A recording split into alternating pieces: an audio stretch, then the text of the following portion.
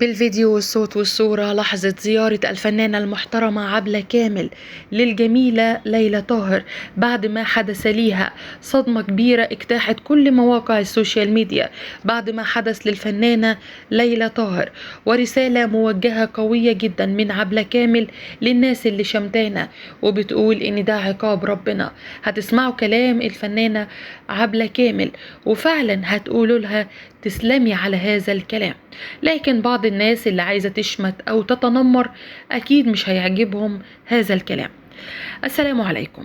في البداية اللي حدث للفنانة الجميلة ليلى طاهر أبكى الجميع، والكل قال وداعا جميلة جميلات السينما المصرية الجميلة ليلى طاهر، وصيتها الأخيرة، وكمان كان أول ظهور لابنها اللي اتكلم بطريقة أحزنت الجميع حرفيا.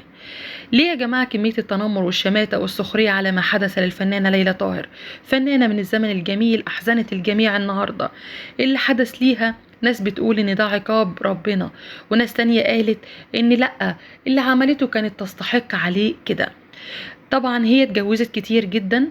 الموضوع ان الفنانة دي قررت الاعتزال من فترة، وبعد كده قررت ترجع مرة تانية تشتغل، وقالت عايزة اعمال على قدر تاريخي الفني، وقالت انا مش ناوية البس الحجاب لاني خلاص بقيت من القواعد وما بظهرش كتير علشان الناس تشوف شعري. الخبر اللي أبكى الجميع بعد ظهورها كان واضح عليها علامات تعب وتقدم في العمر وكبر سن، وده حاجة بتحصل لينا كلنا أكيد. لكن الناس ما أخدتش الموضوع بالشكل ده.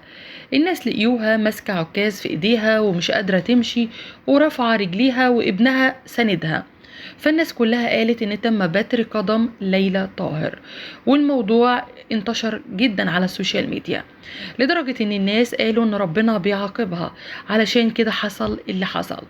لكن ابنها طلع ورد وقال انا فعلا والدتي وقعت في الحمام، ولكن ركبنا شرائح ومسامير مش اكتر من كده، وهي يعني نفسيا حالتها سيئة بسبب كلام الناس، وقال عيب قوي وما ينفعش الكلام اللي بتقولوه.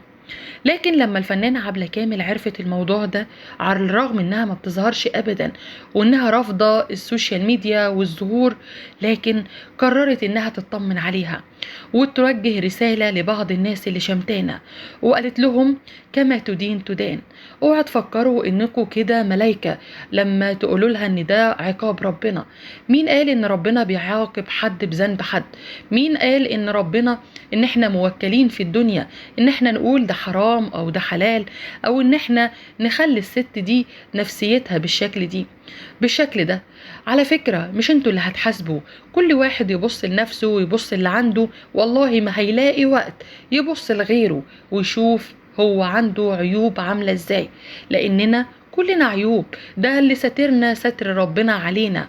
عيب قوي اللي بيحصل انكم تدمروا نفسية ست كبيرة او فنانة او ايا كان، حتى لو حد ما نعرفوش.